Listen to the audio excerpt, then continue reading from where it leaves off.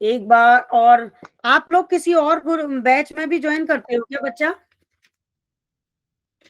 मतलब केमिस्ट्री के कभी कभी किसी का कोई इश्यू हो रहा हो, मतलब लिंक पे नहीं कर पा रहे हो आप लोग ज्वाइन, ऐसा तो नहीं है ना किसी के साथ?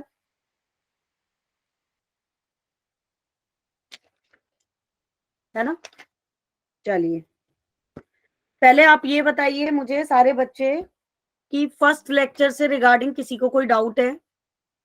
और प्लीज एक बार ना, मैं स्टार्टिंग में अटेंडेंस लगा लेती हूँ बच्चों की, लेकिन कोई बच्चा लेट ज्वाइन करता है, बीच में भी कुछ बच्चे एंटर करते हैं मेरी क्लास में, तो वो लास्ट में ना अपनी अटेंडेंस लगवा के जाएं एक बार। जब मैं रिकॉर्डिंग ऑफ कर देती हूँ तब वो मुझे बता दें कि मैम हम आपकी क्लास में हैं, हमने क्लास अटेंड की है आज। हाँ, तो अब ये बताइए, मैंने लास्ट लेक्चर में आपको पहले तो ये बताओ कि कहाँ तक पढ़ाया था। दूसरी बात मेरे प्यारे बच्चों ये कि परवीन मैम ने लास्ट लेक्चर में आपको पढ़ाया था टॉपिक, ठीक है, उससे रिलेटेड कोई प्रॉब्लम मैं एक बार रिवाइज करा देती हूँ। लास्ट लेक्चर में मैंने आपको इंट्रोडक्शन पढ़ाया था कि इक्विलिब्रियम क्या होता है। उसके बाद फिर हमने पढ़ा था इक्विलिब्रियम, स्टैटिक इक्विलिब्रियम होता है एक। स्टैटिक इक्विलिब्रियम के बाद फिर हमने पढ़ा बच्चा पार्टी की डायनामिक इक्विलिब्रियम क्या होता है। फिर डायनामिक इक्विलिब्रियम के बाद आपने पढ़ा टाइप्स ऑफ इक्विलिब्रियम, कि दो टाइप में इक्विलिब्रियम डिवाइडेड है, एक तो केमिकल और एक फिजिकल, यानी कि जिसमें हम फिजिकली कुछ कर सकते हैं, दिख रहे हैं, फिजिकल एक्टिविटी जिसमें होती हुई दिखाई दे रही है, ठीक है। केमिकल जहाँ केमिकल रिएक्शंस होती हैं, लेकिन केमिकल हमने शायद शुरू नहीं किया था, हमने फिजिकल के फिर 5 स्टेप पढ़े थे, solid, liquid, gas and liquid solid, ठीक है, and dissolution of vapours and dissolution of liquid, ठीक है ना, और सॉलिड, लिक्विड एंड गैस, अलग अलग इनका वो टॉपिक्स पढ़े थे। इतना ही पढ़ाया था या इसके अलावा कुछ पढ़ाया था परवीन मैम ने? रिवर्सिबल और इरिवर्सिबल रिएक्शंस पढ़ा दी थी मैंने, बताओ मुझे प्लीज। सारे बच्चे? राधा ने बताया, सिर्फ बाकी सब भी बताएं प्लीज। या अच्छा, विकास तो थे ही नहीं। Sumit, Khushboo? Yes ma'am. Okay, सारे बच्चों का आंसर होना चाहिए ना कि पता है या नहीं पता। तो टाइप ऑफ रिएक्शंस में मैंने दोनों रिएक्शन आपको अच्छे से पढ़ा दी थी। Yes ma'am.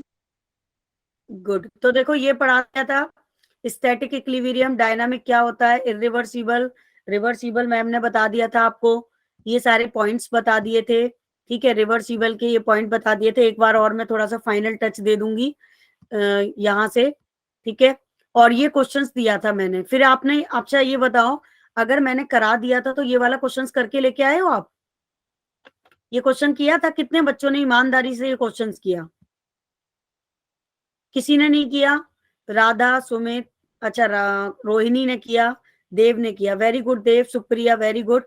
क्योंकि जो बच्चे रेगुलर काम करके आएंगे मैं उनकी नेम टिक करूंगी। अभी मैं आपका नेम टिक कर लेती हूँ कि आपने क्वेश्चंस किए, जो काम दिया है उसे पूरा भी करना है। तो ये किसने किया? रोहिणी, सुप्रिया एंड देव ने किया। देव ने किया क्वेश्चंस, रोहिणी ने किया एंड सुप्रिया ने किया। बाकी बच्चों ने क्यों नहीं किए? Tell me. तो बेटा आपने रोहिणी, देव एंड सुप्रिया, इस स्लाइड में जितने भी क्वेश्चंस दिए हैं वो सारे क्वेश्चन कर लिए? मैम देव, एक या दो छूट गए होंगे और सारे हो गए। अच्छा क्या कह रहे हो, क्या कह रहे हो? मुझे एक साथ बोले सब, मुझे समझ ही नहीं आया। मैम ये लास्ट वाले में गैस टू गैस था ना, तो उसमें कंफ्यूजन हो रही थी थोड़ी सी। अच्छा, लास्ट वाले में गैस टू गैस था, कौन सा क्वेश्चन था gas to gas? D. D, ये वाला, what will happen if more and more sugar is added in solvent, ये वाला बेटा? ये तो नहीं मैम, कैरेक्टरिस्टिक्स है, क्वेश्चन में ये तो हमने ऑप्शन पढ़ा। ऑप्शन डी में मैम। अच्छा, ऑप्शन डी में, अच्छा अच्छा, ओके ओके ओके। क्योंकि मैंने शायद एक ही क्वेश्चन दिया था स्लाइड में या और भी ये थे? एक ही दिया था जो आपको जो नोट्स भेजे थे उसमें एक ही क्वेश्चन था मैम हाँ। देव? अच्छा ठीक है फिर। Yes ma'am. और ठीक है बेटा, कोई बात नहीं। और बाकी बच्चों ने क्यों नहीं किया, प्लीज टेल मी। आप मुझे बता दें पहले, फिर पर मैं समझाती हूँ इस क्वेश्चन को। सारे बच्चे बाकी बता दें कि बाकियों ने क्यों नहीं किया।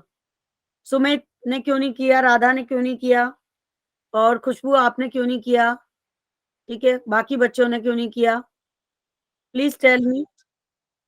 मैम तबीयत खराब थी। तबीयत खराब थी, ठीक है, कोई बात नहीं, नो प्रॉब्लम बेटा। बाकी बच्चे भी बताओ प्लीज।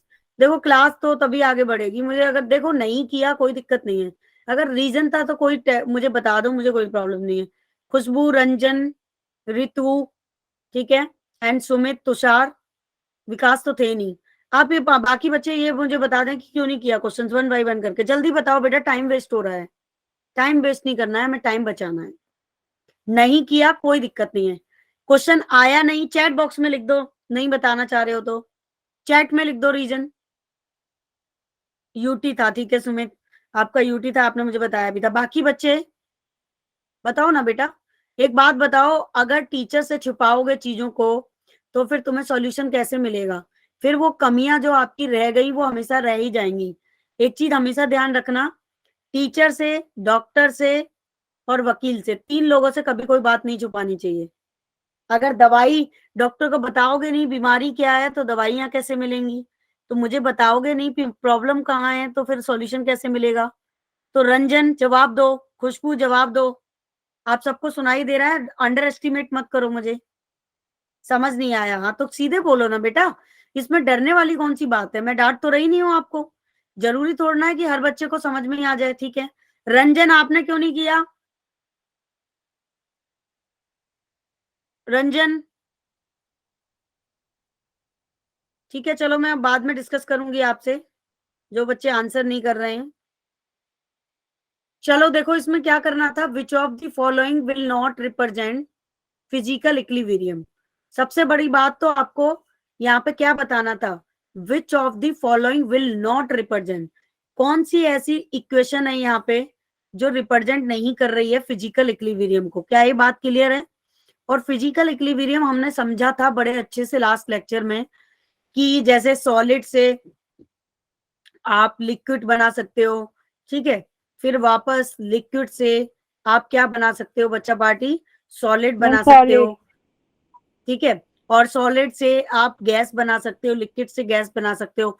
यानी कि ये सब फिजिकल इक्विलिब्रियम है, देखने को हमें फिजिकली मिलते हैं। तो देखो यहाँ पे जो पहला वाला ऑप्शन है, H2O सॉलिड है और फिर उसने हीट कर दिया, जो भी किया या बाहर रख दिया, वो लिक्विड में कन्वर्ट हो गया, तो ये तो फिजिकल इक्विलिब्रियम है, तो ए ऑप्शन तो होगा ही नहीं।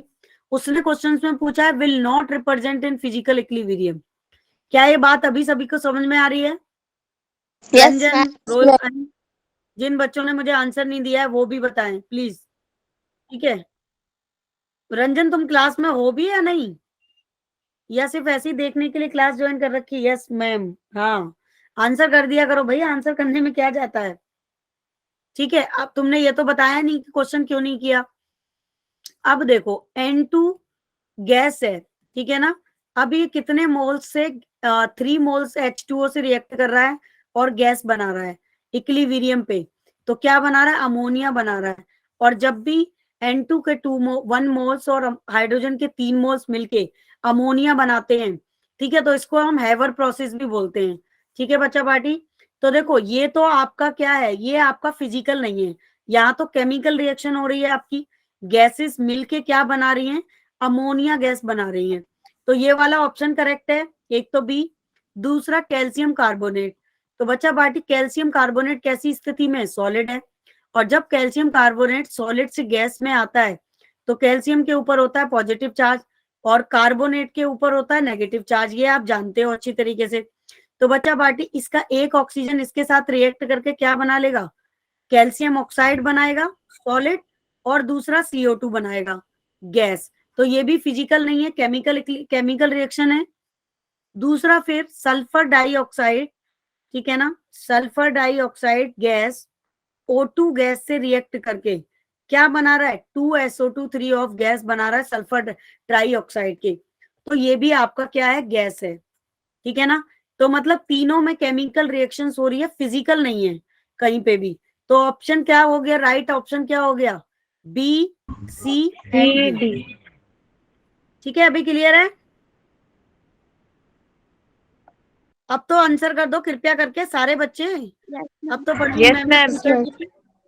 ठीक है, सबका आंसर, सारे बच्चे एक बार रेज योर हैंड कर दो मैम को जल्दी से। All students raise your hand.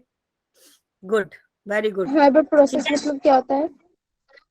हैवर process मतलब बच्चा पार्टी एक प्रोसेस होता है, जैसे गोबर गैस होती है ना, खाद बनाते हैं तो उसको क्या करते हैं, स्टोर कर देते हैं, डिकम्पोज कर देते हैं। तो ऐसे ही हैवर एक प्रोसेस होता है, जनरेटर लगाए जाते हैं, ठीक है, कंडेंसर्स लगाए जाते हैं, बहुत बड़ा सा डायग्राम होता है हैवर प्रोसेस का। पहले हैवर प्रोसेस मतलब सीबीएसई में था, अभी वो प्रोसेस नहीं है। मतलब मैन्युफैक्चरिंग में अगर अमोनिया बनाई जाती है तो कौन से प्रोसेस से बनाई जाती है, हैवर प्रोसेस से बनाई जाती है, वो है हैवर प्रोसेस। लेकिन वैसे सिलेबस का पार्ट नहीं है कि हैवर प्रोसेस को हमें पढ़ना है या क्वेश्चन आएगा एंट्रेंस में कहीं पे भी, ठीक है ना। मैन्युफैक्चर कि हम बहुत सारी चीजें मैन्युफैक्चर भी तो करते हैं ना, कि इंडस्ट्री में अगर अमोनिया बनाया जाता है तो कौन सा प्रोसेस यूज होता है, ये उस टाइप का प्रोसेस है। तो चलो अभी फटाफट से 19 हो गई हैं, हम अपना अगला टॉपिक फटाफट से कंप्लीट करते हैं, ठीक है। देखो मैं एक बार रिवाइज करा देती हूँ पूरा। लास्ट लेक्चर में मैंने आपको पढ़ाया था टाइप्स ऑफ रिएक्शन, ठीक है। और टाइप्स ऑफ रिएक्शंस मैंने 2 टाइप की बताई थी, मैं फटाफट से जल्दी बता देती हूँ एक बार। एक तो बताया था रिवर्सिबल, है ना बच्चा पार्टी, और दूसरा क्या बताया था, इरिवर्सिबल, है ना। अगर किसी भी बच्चे को इसमें अभी भी डाउट है तो वो मम्मी पापा पुरानी लैंग्वेज में बोलते हैं ना, बेटा अभी बेटी बाप की है पूछ ले अभी, ठीक है। तो चैट सेक्शंस मैंने अपने फोन से भी लॉगिन कर रखा है, आप मुझे चैट में भी लिख सकते हैं, ठीक है। वैसे मैं एक बार बता देती हूँ, रिवर्स का मतलब होता है बच्चा पार्टी जो प्रोसेस रिवर्स हो जाए, ठीक है ना। जैसे कि मान लो आपने किसी को थप्पड़ मारा, उसने भी तुम्हें पलट के थप्पड़ मार दिया, क्या इस प्रोसेस को हम रिवर्स कर पा रहे हैं? आप आगे गए 4 कदम और वापस से आ गए, दिस इज द रिवर्सिबल। अगर आपने क्या किया, कपड़े को कैंची से कट कट कट कट टुकड़े टुकड़े कर दिया, वापस से उसको जोड़ सकते हो, इरिवर्सिबल। तो मतलब नाम से ही पता चल रहा है, रिवर्स का मतलब रिवर्स जो हो जाए, इरिवर्सिबल का मतलब जो रिवर्स ना हो। दूसरी बात बच्चा पार्टी, अगर रिवर्सिबल प्रोसेस को डिनोट किससे करते हैं, डिनोटेड बाय, ये बताया था परवीन मैम ने, डबल हेडेड एरो से डिनोट करते हैं। एक आधा एरो आगे की तरफ जाएगा, एक आधा एरो पीछे की तरफ जाएगा, रिवर्सिबल को इससे रिप्रेजेंट करते हैं। लेकिन मेरे प्यारे बच्चों, अगर हम डिनोटेड बाय इरिवर्सिबल की बात करें तो 1 हेडेड एरो से रिवर्स करते हैं इसको, यानी कि सिंगल हेडेड एरो से, ठीक है। क्या ये बात सभी को क्लियर है? प्लीज रिप्लाई कर दो। Yes ma'am. ठीक है। अब देखो दूसरी बात कि यहाँ पे बच्चा पार्टी क्या होता है, जो रिएक्टेंट होता है, रिएक्टेंट तो सभी जानते हैं, रिएक्टेंट से मिलके बनता है प्रोडक्ट। तो बच्चा पार्टी यहाँ पे हम क्या कर सकते हैं, रिएक्टेंट से प्रोडक्ट बना सकते हैं और प्रोडक्ट से रिएक्टेंट बना सकते हैं, ठीक है। अब आप मुझे एक बात बताओ, आपके पास ये कोई कंटेनर है और इसमें N2+3H2 गैस है, तो बच्चा पार्टी यहाँ पे क्या है, सिर्फ रिएक्टेंट है। अगर ये दोनों मिलेंगे, जब ये दोनों मिलेंगे बातचीत करेंगे, दोस्ती करेंगे, ठीक है, तो बच्चा पार्टी इन दोनों के मिलने से तभी तो प्रोडक्ट बनेगा अमोनिया। अगर रिएक्टेंट नहीं है तो क्या प्रोडक्ट बना सकते हो आप? No ma'am. नहीं बना सकते, है ना। तो जब भी 2 रिएक्टेंट मिलते हैं तभी आपका प्रोडक्ट बनता है। ये आप पहले भी पढ़ के आए हो, आपने पढ़ा होगा मोल्स, मोल्स पढ़ा है, पहले पढ़ा था मोल्स, नंबर ऑफ मोल्स क्या होते हैं, कि मान लो नाइट्रोजन के पास कुछ भी नहीं है तो इसके 1 मोल्स हो गए, और इसके पास 3 मोल्स हैं भाई, ठीक है ना। तो यानी कि 1 मोल नाइट्रोजन का, ठीक है, 3 मोल ऑफ हाइड्रोजन से रिएक्ट करके 2 मोल्स ऑफ अमोनिया बना रहा है। ये बात क्लियर है? ठीक है। तो बच्चा पार्टी इसको कहते हैं रिवर्सिबल प्रोसेस। अगर रिवर्सिबल की कोई रिएक्शन लिखें तो N2O2, ठीक है, रिएक्ट करके क्या बना रहे हैं, 2NO बना रहे हैं। तो बच्चा पार्टी हम इसे रिवर्स करके वापस से N2+O2 बना सकते हैं, एक रिवर्सिबल प्रोसेस हो गया। अब मान लो आपने एक ये रिएक्शंस ली तो इसमें भी आप इससे रिवर्स करके ये बना सकते हो और इस प्रोडक्ट से रिएक्टेंट बना सकते हो। क्या ये बात सभी को क्लियर है? सारे बच्चे रेज योर हैंड कर दो जल्दी चैट सेक्शन में, यस मैम। ठीक है। 3 ही बच्चों ने किया है रेज योर हैंड, बाकी ने क्यों नहीं किया है? प्लीज सारे बच्चे कर दिया करो, तभी तो पता चलेगा मैम को कि समझ में आ भी रहा है बच्चों को या नहीं आ रहा, कोई दिक्कत तो नहीं आ रही है। अब देखो इसमें क्या होता है बेटा, कि आप रिएक्टेंट से प्रोडक्ट एक बार बन गया तो प्रोडक्ट से वापस आप रिएक्टेंट नहीं बना सकते। ठीक है, यहाँ पे क्यों नहीं बना सकते? क्योंकि यहाँ पे जो ओनली रिएक्शंस होती है only in forward, reaction only forward direction में होती है। ठीक है बच्चा पार्टी, क्लियर है? जैसे कि आपका HCl, HCl से रोज मिलते हो आप, NaOH से भी रोज मिलते हो, ठीक है, और NaCl से भी रोज मिलते हो और वाटर से भी रोज मिलते हो। क्या ये आपको डेली नहीं मिलते हैं आपके घर में? जब आप कॉलगेट करते हो, टीथ साफ करते हो सुबह सुबह उठ के, तो आपको बेस और सॉल्ट दोनों मिल जाते हैं वहां पे, है ना?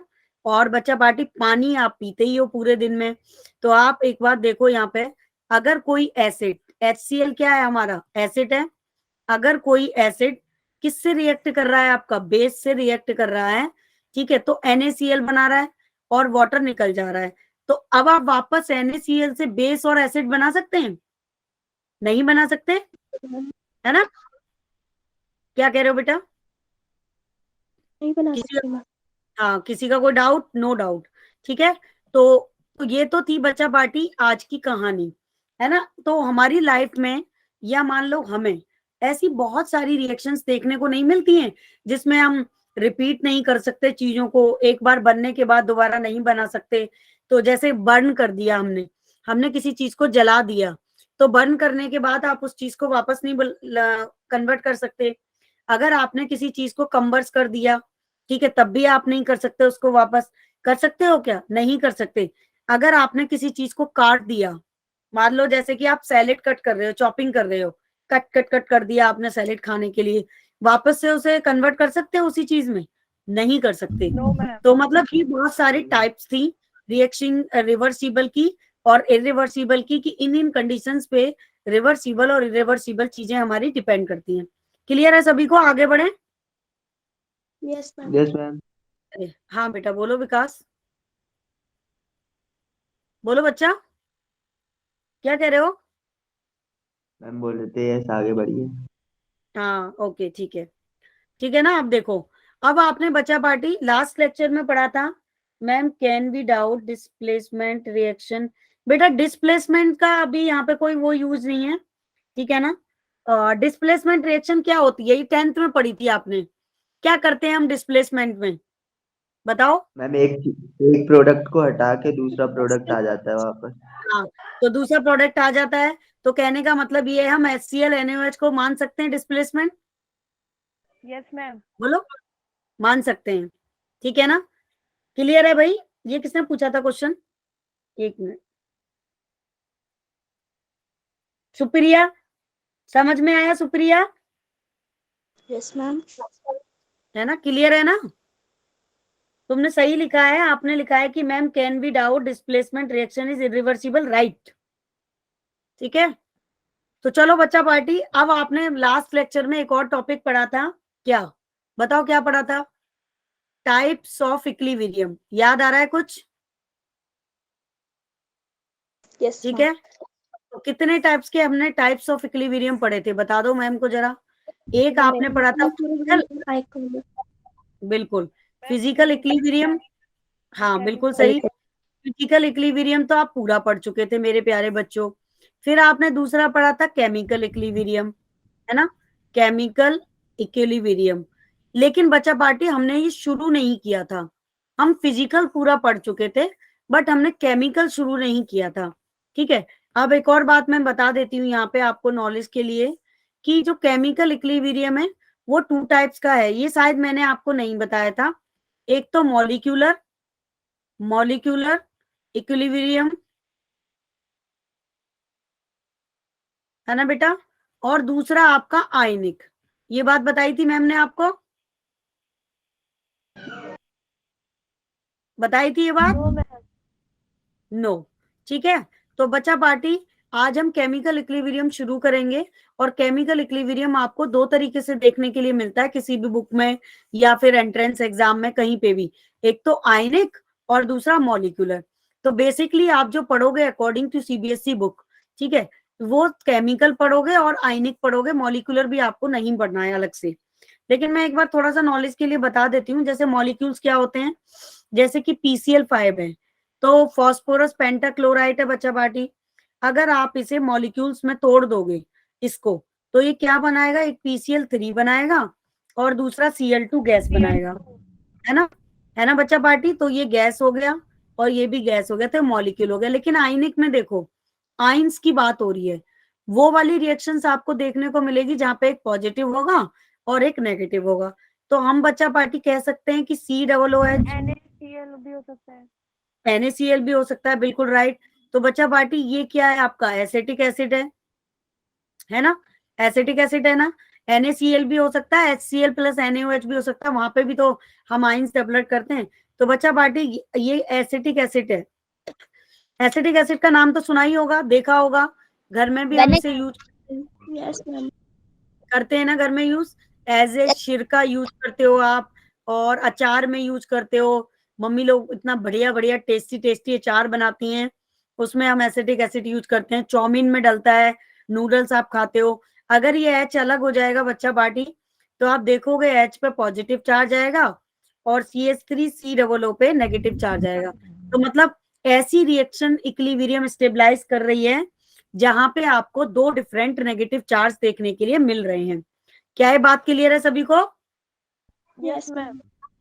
अब बेटा, अब जो हम समझने जा रहे हैं वो बहुत इंपॉर्टेंट पॉइंट है। तो अब जो यहाँ से परवीन मैम समझाएंगी, ये बेसिकली यहाँ से चैप्टर सबसे ज्यादा इंपॉर्टेंट पॉइंट्स को कवर करेगा। तो आप यहाँ से अब ध्यान से समझना एक एक पॉइंट को। केमिकल इक्विलिब्रियम में मैम ने रिएक्शंस लिखी थी 2। अब आपको यहाँ पे सीखना है कि हम किसी भी रिएक्शंस को फॉरवर्ड और बैकवर्ड कैसे कर सकते हैं। जैसे कि मैम ने बताया था आपको, रिवर्सिबल में रिएक्शन दोनों तरीके से जा सकती है, फॉरवर्ड भी जा सकती है और बैकवर्ड भी जा सकती है।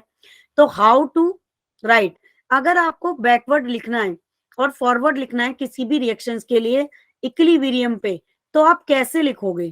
क्या आपको लिखना आता है? बताओ बच्चा पार्टी, लिखना आता है सबको कि हम इस रिएक्शन से बैकवर्ड और फॉरवर्ड लिखना चाहें तो कैसे लिखेंगे?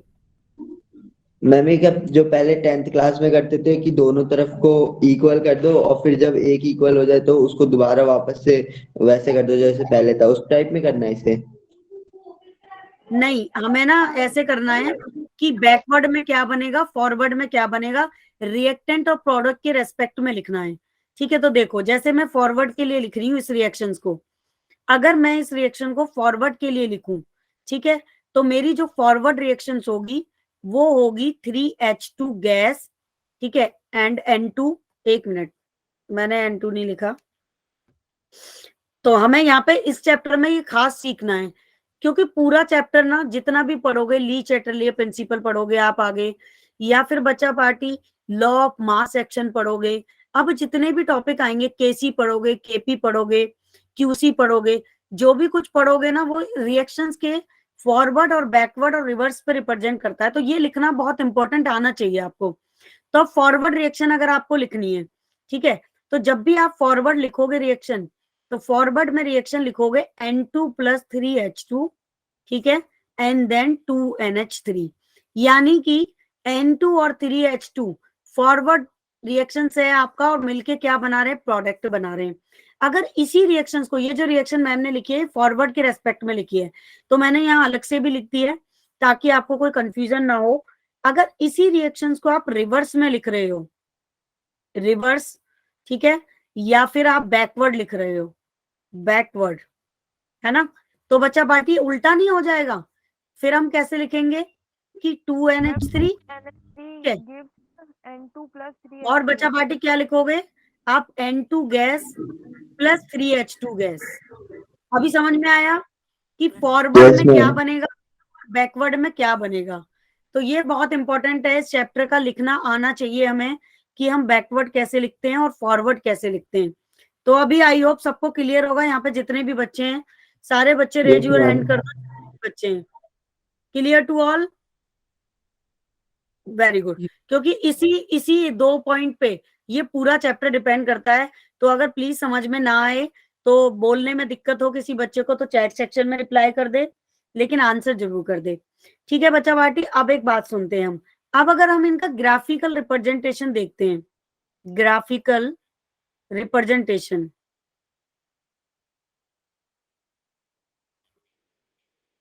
तो बच्चा पार्टी रिप्रेजेंटेशन ग्राफिकल फॉरवर्ड और बैकवर्ड के लिए कैसा होगा?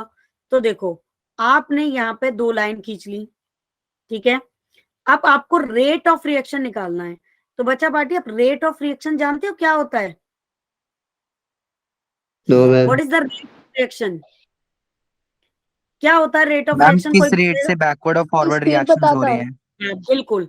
मतलब हम ये कह सकते हैं सिंपल भाषा में कि परवीन मैम, ठीक है, चल रही हैं, ठीक है ना, मैम को यहाँ से शॉप तक जाना है चल के, तो मैम कितनी रेट ऑफ, ठीक है, रिएक्शन, कितना रेट ऑफ फॉरवर्ड गई और कितना रेट ऑफ बैकवर्ड आई, यानी कि कितनी स्पीड से मैम दुकान तक गई और कितनी स्पीड से वापस आई, ऐसे कह सकते हैं समझने के लिए, कह सकते हैं कि नहीं, है ना? तो वही बात किसी भी रिएक्शंस के लिए होती है। तो बच्चा पार्टी अगर हम किसी भी रिएक्शंस का रेट ऑफ बैकवर्ड और रेट ऑफ फॉरवर्ड निकालेंगे तो देखो ये हमारा पीक पॉइंट है, ठीक है ना, और ये हमारा ग्राफ है। तो बच्चा पार्टी हम इक्विलिब्रियम के लिए पढ़ रहे हैं, तो अगर हम रेट ऑफ फॉरवर्ड जा रहे हैं, ठीक है, और फिर यहाँ से हम रेट ऑफ बैकवर्ड जा रहे हैं, तो जहां पे रेट ऑफ फॉरवर्ड और रेट ऑफ बैकवर्ड होगा, पहली बात तो जहां पे ये पॉइंट मिल रहा है हमारा, वो पॉइंट क्या होगा मेरे प्यारे बच्चों? क्या वो इक्विलिब्रियम होगा? है ना, ऑफ कोर्स होगा इक्विलिब्रियम बच्चा पार्टी, ठीक है। तो एक तो ये वाली पॉइंट समझ में आनी चाहिए। दूसरा, अगर परवीन मैम इसको बोल रही हैं फॉरवर्ड और इसको बोल रही हैं बैकवर्ड, तो बच्चा पार्टी फिर मैं रिएक्शंस कौन सी लिखूंगी यहाँ पे? अगर ये रिएक्शन मेरी फॉरवर्ड है, ठीक है, ये वाली रिएक्शंस मेरी फॉरवर्ड है, फॉरवर्ड, और ये वाली रिएक्शंस मेरी रिवर्स है, तो बच्चा पार्टी यहाँ पे कौन सी रिएक्शंस आएगी फिर? N2 प्लस 3H2, ठीक है, मिलके क्या बनाएगा? 2NH3 इक्विलिब्रियम पे, है ना। और यहाँ पे मेरी फिर कौन सी रिएक्शंस आएगी आप लोग बताओ, आप भी तो आंसर दो, मैम अगर पढ़ा रही है समझ में आ रहा है तो 2NH3 2NH3 equal to N2O plus बिल्कुल 3N2 गैस गैस। और 3H2 गैस, ठीक है। तो आपको अच्छे से समझ में आया कि फॉरवर्ड और रिवर्स के लिए क्या ग्राफ का रिप्रेजेंटेशन होगा। क्लियर है सभी को? Ma'am clear? हाँ जी बोलो। मैम एक डाउट पूछना है इसमें। हाँ पूछो पूछो पूछो। मैम शुरू में जब आपने ये ग्राफ बनाया है तो जो रिवर्स रिएक्शन है उसमें इसमें तो जीरो है एक तरह से, तो हमने जीरो क्यों लिया इधर वैल्यू? ये मैंने जीरो नहीं लिया है, वो डॉट है। नहीं मैम, बैकवर्ड रिएक्शन में ये वैल्यू जीरो क्यों हो रही है? मैंने बैकवर्ड रिएक्शंस में अभी मैंने जीरो वीरो कुछ लिया ही नहीं है यहाँ पे। अब देखो दूसरा मैं बताती हूँ आपको, देखो ये एक क्लोज कंटेनर है, ठीक है ना, ये क्लोज कंटेनर है। अब बैकवर्ड रिएक्शंस में क्या बन रहा है आपका? बैकवर्ड में ये प्रोडक्ट बन रहा है, ये जीरो नहीं है, इसको जीरो मत समझो, ये तो मैंने सिर्फ पॉइंट लगाया है कि यहां से मैंने शुरू किया ग्राफ और यहां से बराबर कर दिए, मतलब कि जितना रिएक्शन फॉरवर्ड गई उतना वापस बैकवर्ड आई। तो मतलब क्या हो गया, जब इक्विलिब्रियम स्टेबलाइज होगा तभी तो रिएक्शन फॉरवर्ड और बैकवर्ड गई वापस, ठीक है। तो ये वो पॉइंट मैंने आइडेंटिफाइड किया है कि ये वाला पॉइंट इक्विलिब्रियम है, जीरो मैंने कहीं पे भी नहीं किया है अभी। लेकिन अगर जीरो की बात करें तो देखो जीरो कब होगा? स्टार्टिंग में आपके पास सिर्फ क्या था? रिएक्टेंट था, रिएक्टेंट। लास्ट वाले ग्राफ को याद करो, परवीन मैम ने लास्ट लेक्चर में ग्राफ बनाया था इस तरीके का कि ये रिएक्टेंट प्रोडक्ट की कंसंट्रेशन बढ़ रही है और रिएक्टेंट की कंसंट्रेशन कम हो रही है, लेकिन एक टाइम ऐसा आएगा कि प्रोडक्ट और रिएक्टेंट की कंसंट्रेशन दोनों पे बराबर हो जाएगी, सी और डी के लिए और ए और डी के लिए बच्चा पार्टी।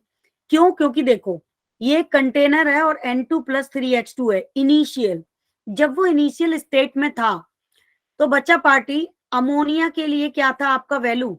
जीरो था, क्योंकि जब प्रोडक्ट ने रिएक्ट ही नहीं किया, ठीक है, स्टार्टिंग में, तो प्रोडक्ट बना ही कहां? प्रोडक्ट तो बना ही नहीं, ठीक है। देव समझ में आ रहा है कि नहीं? देव आपने मैम थोड़ा सा होच पोच हो रहा है।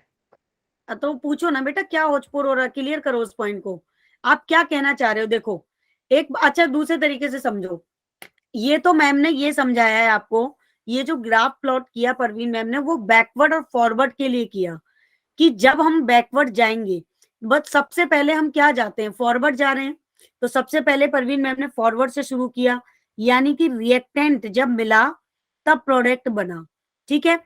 फिर आप प्रोडक्ट से वापस रिवर्स आए, यानी कि जितना आप आगे गए उतना ही वापस पीछे आए। तो ग्राफ कैसा बना, ग्राफ हमारा दोनों मिल गए बराबर पे, और जहां पे मिले वहां इक्विलिब्रियम हुआ, ठीक है। अब एक बात बताओ, अगर हम जीरो की बात करें तो एक बात बताओ, मान लो सपोज दैट तुम्हारे पास इस तरफ 10 बॉल्स हैं, ठीक है ना, और उस तरफ भी, उस तरफ कोई बॉल नहीं है अभी, यानी कि परवीन मैम रिएक्टेंट हैं और उनके पास 10 बॉल हैं। तो एक बात बताओ, प्रोडक्ट बना ही नहीं, मैम ने खेल शुरू नहीं किया, कुछ किया ही नहीं, तो प्रोडक्ट इनिशियल में जीरो होगा या कुछ होगा, बोलो। हम 0 ही होगा। जीरो होगा, भाई कुछ किया ही नहीं तो जीरो ही रहेगा, सीधी सी बात है। लेकिन परवीन मैम ने क्या किया, एक बॉल उधर दे दी, तो मेरे पास 9 बॉल बची, यानी कि मेरा जो रिएक्टेंट था वो कम हो रहा है, तो रिएक्टेंट की कंसंट्रेशन कम हो रही है, उधर प्रोडक्ट की कंसंट्रेशन अब बढ़ना शुरू हो गई। फिर थोड़ी देर बाद 1 मोल और चले गए, उधर 1 बॉल और चली गई, इधर 8 रह गई, उधर कितनी हो गई, 2 हो गई, ठीक है। फिर 1 बॉल और उधर चली गई, उधर 3 हो गई, इधर 7 हो गई। फिर एक और गई उधर, इधर 4 हो गई, ठीक है, और मतलब 5 हो गई, उधर कितनी हो गई आपकी, 4 हो गई। फिर एक और चली गई, अब दोनों के पास 5-5 बची, तो वहां पे क्या हो गया, इक्विलिब्रियम स्टेबलाइज्ड हो गया। तो इनिशियल में कभी भी प्रोडक्ट, ठीक है, क्या होता है, प्रोडक्ट अगर इनिशियल में लिखते हो तो जीरो लिखते हो, लेकिन रिएक्टेंट की वैल्यू कुछ ना कुछ होती है, या रिएक्टेंट की वैल्यू हमेशा क्वेश्चन में मिलती है आपको। और जब प्रोडक्ट की वैल्यू वो पूछेगा तो इनिशियल में प्रोडक्ट आप जीरो रखते हो, ये आगे जब लॉ ऑफ मास एक्शन पढ़ोगे ना, उसके क्वेश्चन जब करोगे ये पॉइंट तब आएगा। लेकिन अभी परवीन मैम ने सिर्फ इतना समझाया था कि फॉरवर्ड रिएक्शन और रिवर्स के लिए ग्राफ कैसा बनेगा। अभी पिक्चर क्लियर है तुम्हारी?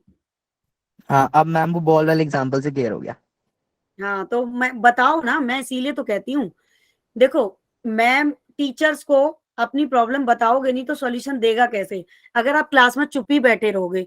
अब तुमने बताया तो मैंने दूसरे तरीके से एग्जाम्पल बताया, अगर मान लो अब भी समझ नहीं आता तो तीसरे तरीके से बताती, लेकिन प्रॉब्लम मैम के पास आनी चाहिए ना, ठीक है। सभी को क्लियर है? अब आगे बढ़े, अब हम पढ़ते हैं। देखो ये तो हमने समझा कि किसी भी रिएक्शंस के लिए हम फॉरवर्ड कैसे लिखेंगे और बैकवर्ड कैसे लिखेंगे, क्योंकि ये बहुत इंपॉर्टेंट टॉपिक है।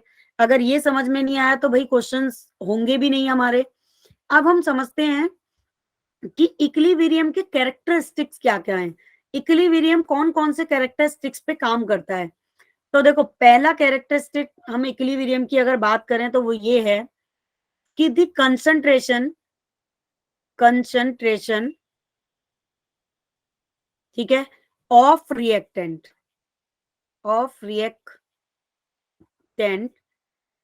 एंड, ठीक है बच्चा बाटी, प्रोडक्ट, ठीक है, डज नॉट चेंज।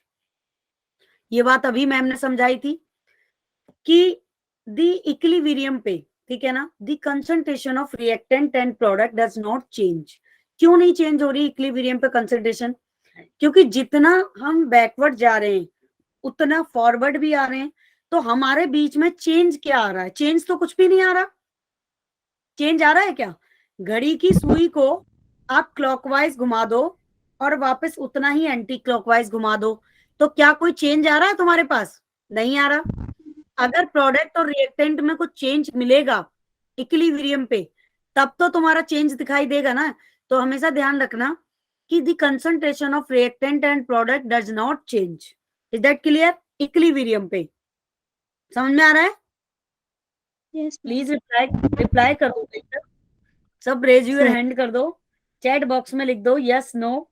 इतने सारे बच्चे हैं यहाँ पे, सारे बच्चे करो, सारे बच्चे, all student reply, raise your hand. अगर किसी को कोई डाउट है तो पूछ सकते हैं, अभी भी बेटी बाप की है, पूछ सकते हो। क्लियर है ना सबको? Yes, ma'am. गुड। क्योंकि देखो बहुत इंपॉर्टेंट चैप्टर है बेटा, अगर एक पॉइंट भी नहीं समझा तो ये समझ लो न्यूमेरिकल गए तुम्हारे हाथ से फिर, अब देखो, अब कैटेलिस्ट चैट में भी लिख दिया करो, जैसे सुमित और रोहिणी ने आंसर कर दिया है। बच्चा पार्टी कैटलिस्ट क्या होता है आप बताएंगे मुझे? Does not affect. मैम जो Catalyst- रिएक्शन की स्पीड को बढ़ा देता है। बिल्कुल सही बात है। वो रिएक्शन कंपाउंड की जो स्पीड स्पीड को बढ़ा देता है without involving in the reaction. ये भी कह सकते हैं। तो मतलब दो बच्चों ने आंसर किया और बिल्कुल ही परफेक्ट आंसर किया। तो देखो बच्चा पार्टी, यहाँ पे रिएक्टेंट इक्विलिब्रियम पे क्या बना रहा है? प्रोडक्ट बना रहा है। लेकिन परवीन मैम ने यहाँ पे कुछ ऐसा पॉइंट लिख दिया है कि a catalyst does not affect the position of equilibrium. Catalyst affect नहीं कर रहा पोजीशन इक्विलिब्रियम की। क्यों? लेकिन कैटलिस्ट क्या करता है? रेट ऑफ रिएक्शंस को बढ़ा देता है। ये बात बिल्कुल सही है भाई। तो बच्चा पार्टी देखो, रेट ऑफ फॉरवर्ड रिएक्शन की स्पीड कैटलिस्ट ने बढ़ा दी और रेट ऑफ बैकवर्ड रिएक्शन की स्पीड भी कैटलिस्ट ने बढ़ा दी, लेकिन फिर भी अफेक्ट नहीं कर रहा है। क्यों? ये कैसे पॉसिबल है? तो ये बात आपको कुछ समझ आई कि नहीं आई? पहले ये बताओ, ये बात कुछ हजम हो रही है कि नहीं हो रही? नो मैम, नहीं हो, हजम नहीं हुई। No ma'am. नहीं हुई ना? हजम कराते हैं इसको, ठीक है। कौन सा चैप्टर? विकेश बेटा, थर्मोडायनामिक चल रहा है। आप कहाँ थे? फर्स्ट टाइम आए हो? ओके, कोई नहीं बेटा, नो प्रॉब्लम। आप पहले तो क्लास बहुत लेट ज्वाइन की हो, क्लास को स्टार्ट हुए 45 मिनट्स हो गए। कोई नहीं, मैं लास्ट में एक बार आपसे बात करूंगी। वैसे ये इक्विलिब्रियम चल रहा है, ठीक है, नॉट थर्मोडायनामिक। मैं बाय मिस्टेक गलत बोल गई। इक्विलिब्रियम चल रहा है और इक्विलिब्रियम का लेक्चर नंबर 2 चल रहा है। तो आई होप कि आपको थोड़ा कम समझ में आए, लेकिन फिर भी कोशिश करना, बाद में रुकना, मैं आपको समझाऊंगी फिर, ठीक है। अब देखो बच्चे पार्टी, बात कुछ हजम नहीं हुई तो परवीन मैम इस बात को हजम कराती हैं, ठीक है। अब हजम कैसे होगी ये देखो। मान लो सपोज दैट रिएक्टेंट और प्रोडक्ट की जो कंसंट्रेशन थी वो 10 है, और ये कंसंट्रेशन 10 आने में जो समय लग रहा है वो 5 मिनट का लग रहा है, ठीक है। अब अगर आपने एक कंटेनर लिया और रिएक्टेंट से प्रोडक्ट बनाने के लिए आपने इसमें कैटलिस्ट ऐड कर दिया, ठीक है मेरे प्यारे बच्चों। अब यहाँ पे भाई कैटलिस्ट ऐड हो गया, तो ये कैटलिस्ट क्या करेगा, ठीक है, कि जो रिएक्शन 5 मिनट में हो रही थी, रेट ऑफ रिएक्शन, ये रेट को इंक्रीज कर देगा रिएक्शंस के, ठीक है बच्चा पार्टी।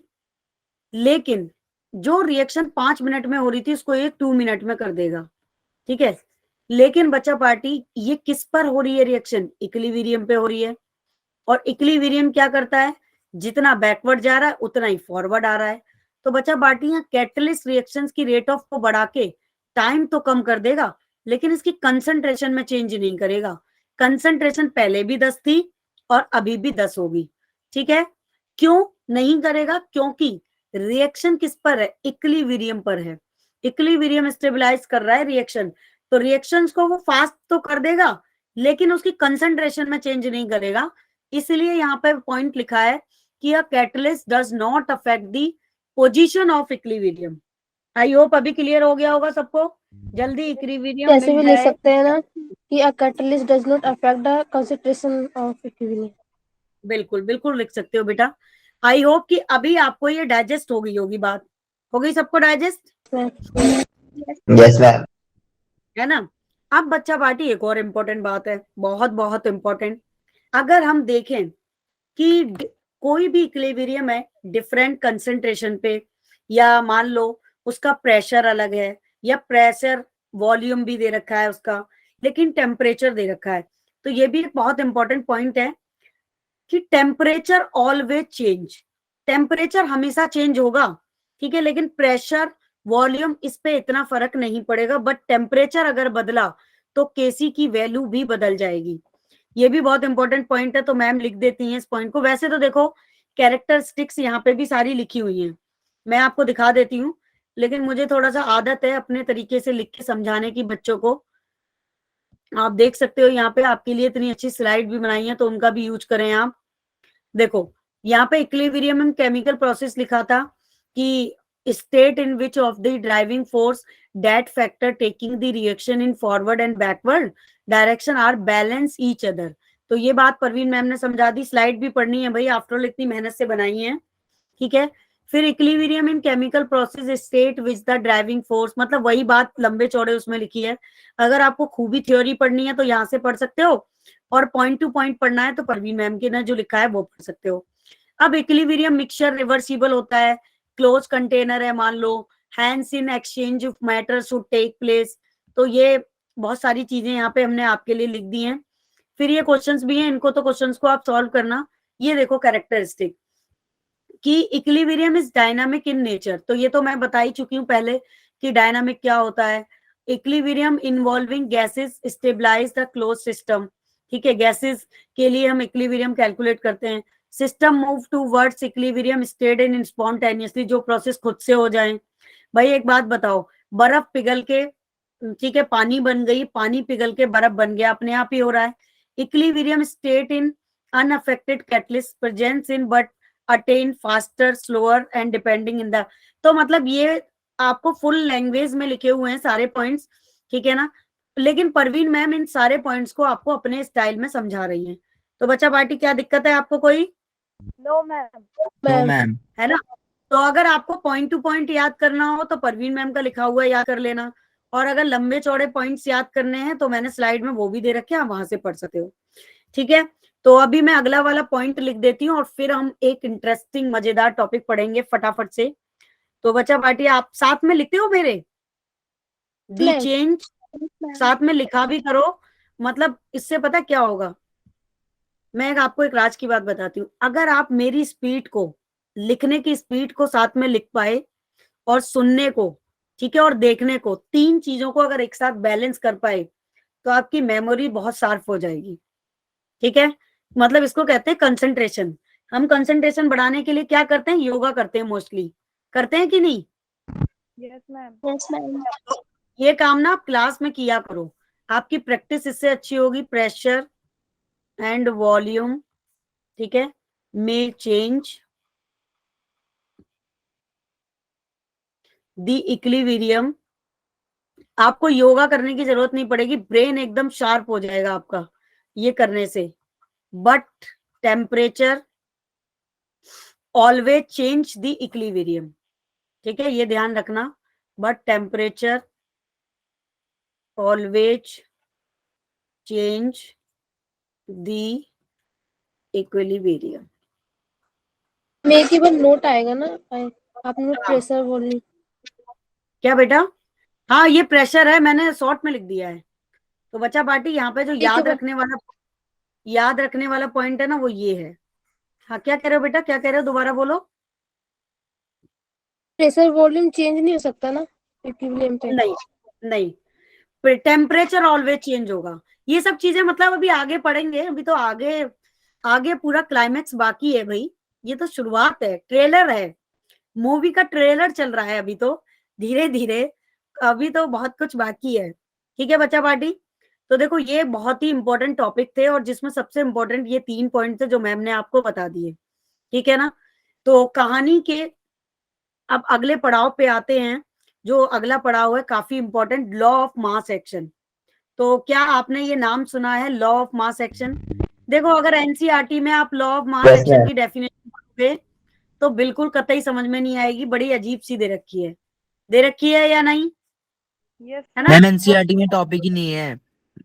एनसीईआरटी में टॉपिक ही नहीं है? अच्छा एनसीईआरटी, वैसे एक बार बताऊं, इफ यू डोंट माइंड बच्चा पार्टी, आई हेट एनसीईआरटी। मुझे एनसीईआरटी सबसे बुरी लगती है।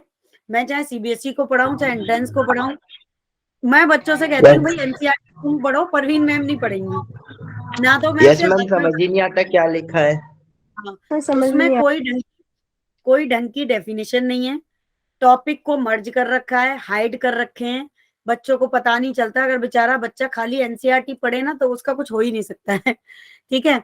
लेकिन उसके मैं बस एनसीईआरटी के एक चीज को फेवर करती हूँ, वो है न्यूमेरिकल। उसके न्यूमेरिकल अच्छे हैं। अगर एनसीईआरटी के न्यूमेरिकल आपने सॉल्व किए, ठीक है ना, तो उसके कॉन्सेप्ट बहुत अच्छे हैं न्यूमेरिकल्स के, आपकी बहुत सारे चीजें क्लियर हो जाएंगी। लेकिन थ्योरी बिल्कुल वाहियात है, आई हेट थ्योरी।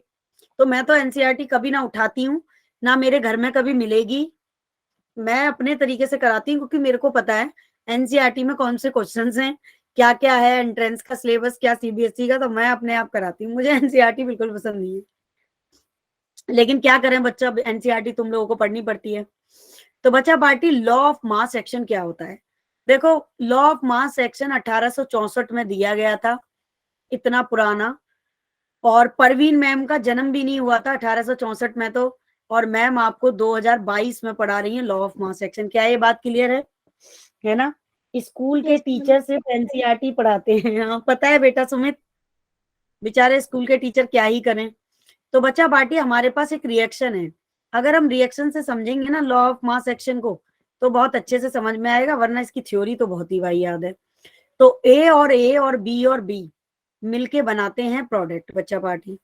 अब ये प्रोडक्ट बना रहे हैं तो देखो होगा क्या यहाँ पे, ये लॉ ऑफ मास एक्शन क्या करता है कि according to the law of mass action, according to the law of mass action, ठीक है, rate of reaction depend, rate of reaction depend, ठीक है, कंसंट्रेशन। क्या ये बात सबको हजम हो गई कि लॉ ऑफ मास एक्शन के कोऑर्डिनेट जो किसी भी रिएक्शन का रेट ऑफ रिएक्शन है वो डिपेंड करता है कंसंट्रेशन के, ठीक है। लेकिन किसकी कंसंट्रेशन के? Rate of reaction depend on, ये तो मैम ने लिखा ही नहीं, किसकी कंसंट्रेशन की। क्या आप समझ पा रहे हो? मैंने जानबूझ के ट्विस्ट छोड़ा है, बताओ। According Reaction to of law product. React on reaction depend on, किसकी कंसंट्रेशन पे बच्चा पार्टी? रिएक्टेंट की कंसंट्रेशन पे, ठीक है। प्रोडक्ट की, सुमित ने प्रोडक्ट की कंसंट्रेशन लिखा, रिएक्टेंट की। क्यों रिएक्टेंट की करता है? क्योंकि अगर रिएक्टेंट नहीं होगा तो प्रोडक्ट कैसे बनेगा? प्रोडक्ट तो बाद में बनेगा ना, पहले तो रिएक्टेंट है। तो बच्चा पार्टी बस इतनी छोटी सी बात हमें याद रखनी है लॉ ऑफ मास एक्शन में कि according to law of mass action rate of reaction, ठीक है बच्चा party, depends reactant of concentration, reactant की कंसंट्रेशन पे डिपेंड करता है, या फिर आप ये कह सकते हो कि उसके स्टोइकियोमेट्रिक कोफिशिएंट पे डिपेंड करता है। और किसी भी चीज का स्टोइकियोमेट्रिक कोफिशिएंट क्या है? ये नंबर ऑफ मोल्स, और यही इसकी कंसंट्रेशन है। और बच्चा पार्टी इसे स्क्वायर ब्रैकेट से रिप्रेजेंट करते हैं, इसी को कहते हैं law of mass action. Stoichiometric coefficient मतलब पावर, पावर मतलब इसके ऊपर जो हमारा रिएक्टेंट आएगा, और इसके ऊपर पावर में क्या आता है? इसके number of moles, stoichiometric coefficient. सबको क्लियर है law of mass action? Ma'am हाँ जी। मैम ये जो आपने ब्रैकेट से बनाया है, इसको प्रदीप में तो लिखा हुआ है मोलैरिटी। हाँ तो मोलैरिटी भी लिख सकते हैं ना, कंसंट्रेशन को ही तो मोलैरिटी कहते हैं। मोलैरिटी क्या होती है? आप याद करो जरा, पहले चैप्टर में जाओ, पहले चैप्टर में बच्चा पार्टी हम क्या पढ़ते हैं? मोलैरिटी क्या है आखिरकार? मोलैरिटी क्या है? Number of moles, number of moles of solute, ठीक है, number of moles of solute divide by volume of solution in litre, ठीक है। क्यों? तो नंबर ऑफ मोल्स है ना किसके? सॉल्यूट के। तो यहाँ पे भी किस पे डिपेंड कर रहा है? रिएक्टेंट की कंसंट्रेशन पे। कंसंट्रेशन किस पे डिपेंड करती है? रिएक्टेंट के स्टोइकियोमेट्रिक कोफिशिएंट पे। और स्टोइकियोमेट्रिक कोफिशिएंट क्या है? आपकी पावर। पावर में क्या आता है? Number of moles. अभी बात समझ में आई? Okay ma'am. ओके ना? हर बुक में बेटा अलग तरीके का रिप्रेजेंटेशन है। अब देखो, अब आप लोग जानते हो, अभी और कहानी पूरी तरीके से क्लियर होगी, मैं आ रही हूँ आगे पॉइंट पे। अगर देखो आर है, आर को क्या कहते हैं? Rate of reaction. ये डायरेक्टली प्रोपोर्शनल होता है बच्चा पार्टी किसके? रिएक्टेंट के। रिएक्टेंट के डायरेक्टली प्रोपोर्शनल है। और इसकी कंसंट्रेशन क्या होती है? Stoichiometric coefficient. अब ये है रिएक्टेंट और ये है stoichiometric coefficient. Rate of reaction directly proportional होता है रिएक्टेंट के। तो कैसे? देखो इसको ऐसे भी लिख सकते हैं, रेट ऑफ रिएक्शन, ठीक है, डायरेक्टली प्रोपोर्शनल ए की कंसंट्रेशन ए एंड बी की कंसंट्रेशन बी। तो ये क्या हो गए? इसके स्टोइकियोमेट्रिक कोफिशिएंट हो गए। अभी क्लियर है सबको कहानी?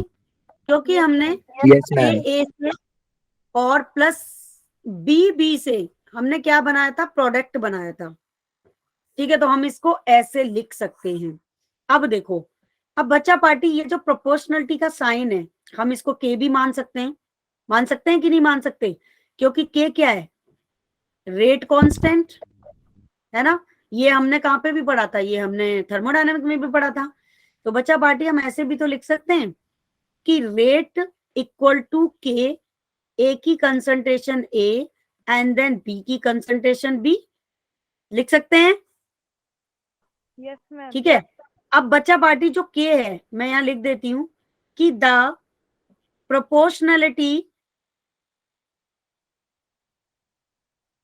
प्रोपोर्शनलिटी कांस्टेंट के is known as rate constant। क्या ये बात सभी को क्लियर है? Please tell me, raise your hand कर दो सारे बच्चे Yes, ma'am. Within a second, जल्दी से। गुड। तो देखो बच्चा पार्टी, अब इसको थोड़ा और क्लियर करते हैं पिक्चर को, ठीक है। पिक्चर क्लियर होना बहुत जरूरी है हमारी, ठीक है।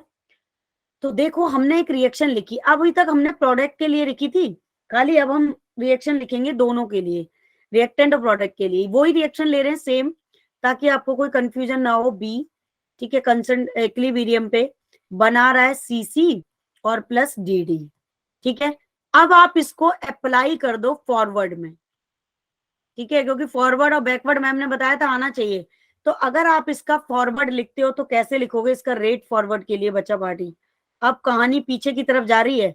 रेट ऑफ फॉरवर्ड, इस एफ का मतलब है फॉरवर्ड, डायरेक्टली प्रोपोर्शनल ए की concentration A and then B की कंसंट्रेशन बी। क्या ये बात सही है? सही लिखा है परवीन मैम ने? सही लिखा है Ma'am. बच्चा पार्टी? Yes, ma'am. अगर हम फॉरवर्ड हैं तो बच्चा मेरे को आवाज नहीं आई किसी की। Yes, ma'am. Okay Yes, good, ma'am.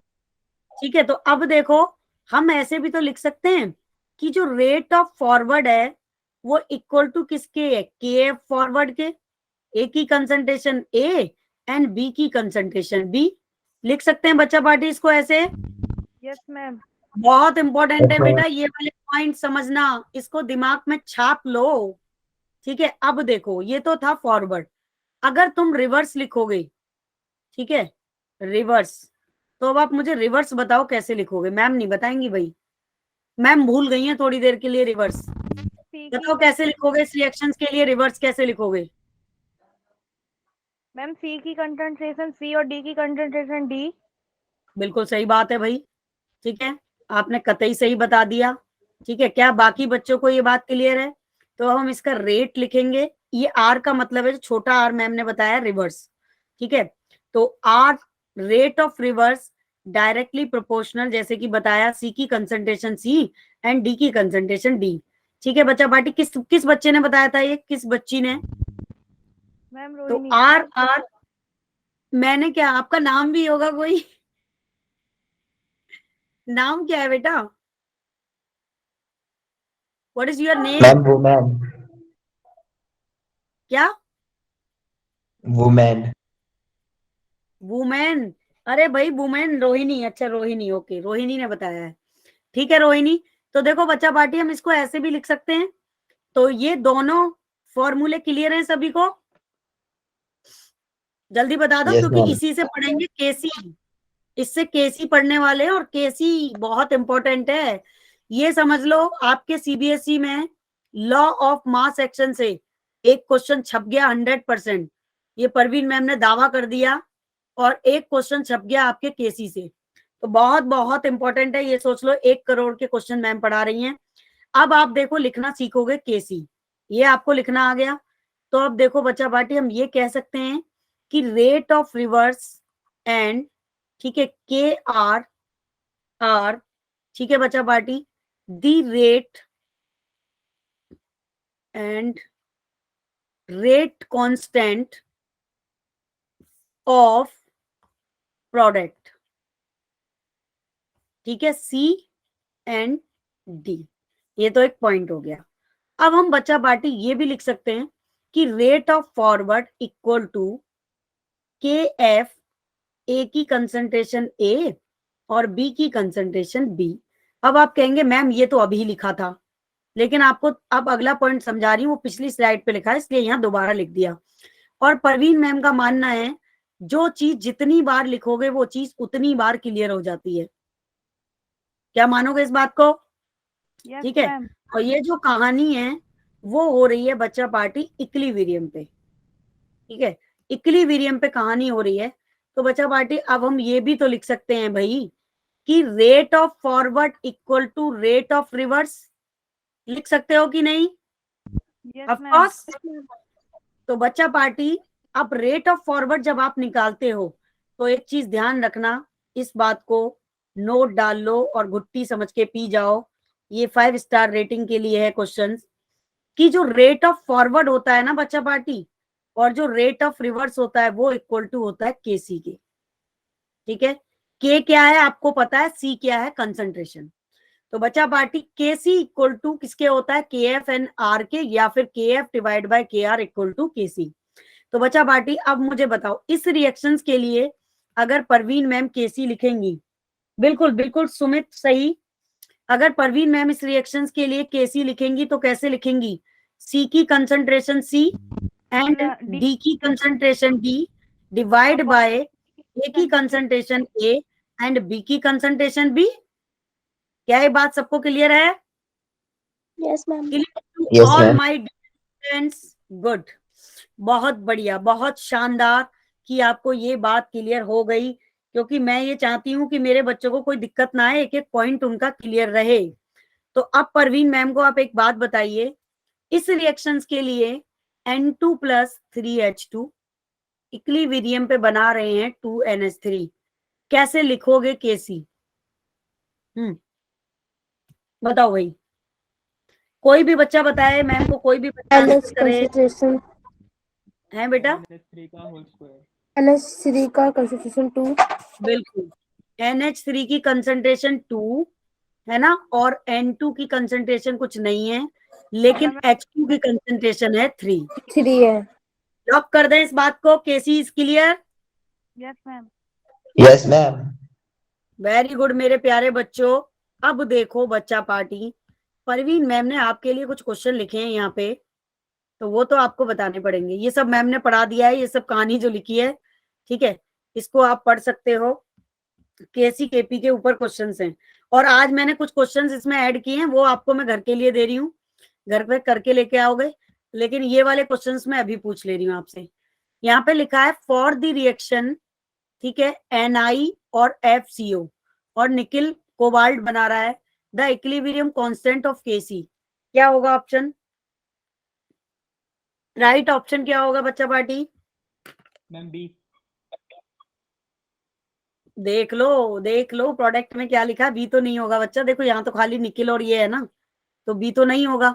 Reaction देखो ना यहाँ, ठीक है, प्रोडक्ट और रिएक्टेंट, ये है आपका प्रोडक्ट और ये है आपका रिएक्टेंट। तो answer is the A is correct. अभी क्लियर है सबको? जल्दी से बता दो। यस मैम क्लियर है। Yes, ma'am. Yes, विकास, ma'am. Clear है. सुमित, बाकी काफी बच्चों ने आंसर दे दिया है। विकेश, आपको समझ में आ रहा है बेटा? आपने क्लास ज्वाइन की थी, लेकिन आप समझ रहे हो ना मैम क्या पढ़ा रही हैं? Yes, Good. ma'am. ओके, तो देखो अब अगला क्वेश्चन, ये तो लिखा ही है इसका आंसर। यहाँ पे एक और क्वेश्चन है कि for the reaction silver oxide मिलके बना रहा है 2HNO3, ठीक है, मतलब कि ये हो गया हमारा रिएक्टेंट और ये हो गया प्रोडक्ट। तो यहाँ पे अब प्रोडक्ट में H2O भी है लिक्विड, ठीक है ना, तो the equilibrium constant of KC, इसका आंसर क्या होगा? मैम ए। देख लो ढंग से, पक्का ए होगा। कितने बच्चों का ए है? सबने लॉक कर दिया ए? यस। अब मैम को बताओ जरा कैसे है A, tell me. Ma'am B. नहीं ये बताओ ए कैसे है। चलो इस क्वेश्चन पे मैम ने ट्विस्ट सोचा। सॉलिड को नहीं लेते। बिल्कुल सही बात है, ठीक है, क्या बात है, ठीक है ना, ये ध्यान रखना क्वेश्चंस को, ठीक है, the correct option is the ए, है ना। अब ये वाला क्वेश्चन परवीन मैम आपको घर से करने के लिए दे रही है, वैसे तो ये पूरा सॉल्व है आपका, rate of reaction forward and backward, उसी के ऊपर ये क्वेश्चन करना है। तो मैं यहाँ पे थोड़ी सी हिंट दे रही हूँ आपको, इस क्वेश्चन को सॉल्व करके आंसर निकाल के लाओगे।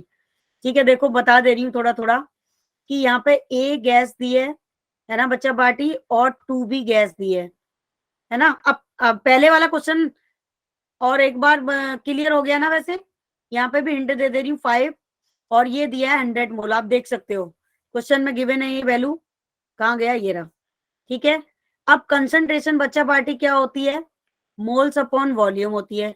तो देखो RF की वैल्यू यहाँ पे दी है 1.5 इंटू 10 की पावर -3, टी की वैल्यू दी है 300 केल्विन। ठीक है बच्चा पार्टी, पिच वाला क्वेश्चन पीछे वाला, अच्छा पीछे वाला क्वेश्चन मैम एक बार दिखा दो, अभी दिखाती हूँ सुमित, दिखा दो या बता दो, बता दो। अच्छा ठीक है, ठीक है बच्चा पार्टी, तो ये हो गया T इक्वल टू 300। इसको मैं एक बार हिंट दे दूं, तो यहाँ पे सारी वैल्यू आपको गिवन है, और आप लोग जानते हो के इक्विलिब्रियम इक्वल टू होता है KF और अपॉन KB। तो बच्चा पार्टी ये क्वेश्चन हो जाएगा आप सबसे। Yes ma'am. हाँ ठीक है ना। अब देखो पीछे वाला क्वेश्चन, पीछे वाले क्वेश्चंस को कौन बताएगा, रीजन इसका कोई बच्चा बता रहा था, मैंने सुना नहीं था पूरा। क्योंकि इसमें हम सॉलिड कंसंट्रेशन नहीं लेते, लिक्विड की लिया जाती है। तो ये Ag2 और तो सॉलिड गिवन है, तो हम उसकी कंसंट्रेशन नहीं लेंगे। हाँ, ये किसने बताया, रोहिणी ने। Yes ma'am. तो बच्चा पार्टी रोहिणी ने बिल्कुल सही बताया यहाँ पे, इसीलिए AgNO3 की पावर 2 NHNO3 की पावर 2, हमें यहां से देखनी है चीजें। ये है एक्वस, ठीक है ना, और ये है सॉलिड, और ये है लिक्विड। ठीक है, तो इसीलिए आपका जो आंसर है वो ए इज द करेक्ट आंसर। वैसे मैं आपको ना अभी कराऊंगी भी क्वेश्चन आने वाले लेक्चर्स में। आप लोग ये बताओ आपकी छुट्टियां कब से पड़ रही हैं। मैं एक्स्ट्रा क्लास लगाने के चक्कर में हूँ आपकी, और एक्स्ट्रा क्लास लग सकती है सिर्फ और सिर्फ दिन में 12 बजे से पहले या 1 बजे से पहले आप। मैम हाँ बोलो बेटा खुशबू। मैम इक्विलिब्रियम में सॉलिड को नहीं लेते और लिक्विड को भी नहीं लेते। लिक्विड को लेते हैं। लिक्विड को लेते हैं, लिक्विड को लेते हैं। मैं ये कॉन्सेप्ट ना एक बार, हाँ लिक्विड को लेते हैं ना। तो इसीलिए तो उसकी कंसंट्रेशन सिल्वर पे हो रही है। देखो सिल्वर क्या है, प्रोडक्ट है 2AgNO3, यहाँ पे ये प्रोडक्ट है AgNO3 और 2 बचा पार्टी, और फिर बचा क्या, सॉलिड को तुमने लिया नहीं, तो इसमें क्या बच गया, सिर्फ HNO3 बच गया। ठीक है, इसके साथ में मैम सिल्वर नाइट्रेट के साथ वाटर भी तो है H2O। लेकिन वो एक्वस है ना बेटा, तो वो टूट जाएगा, ब्रेक हो जाएगा। ठीक है रोहिणी, आप क्या कह रहे हो, रोहिणी कुछ कह रहे हो। No ma'am.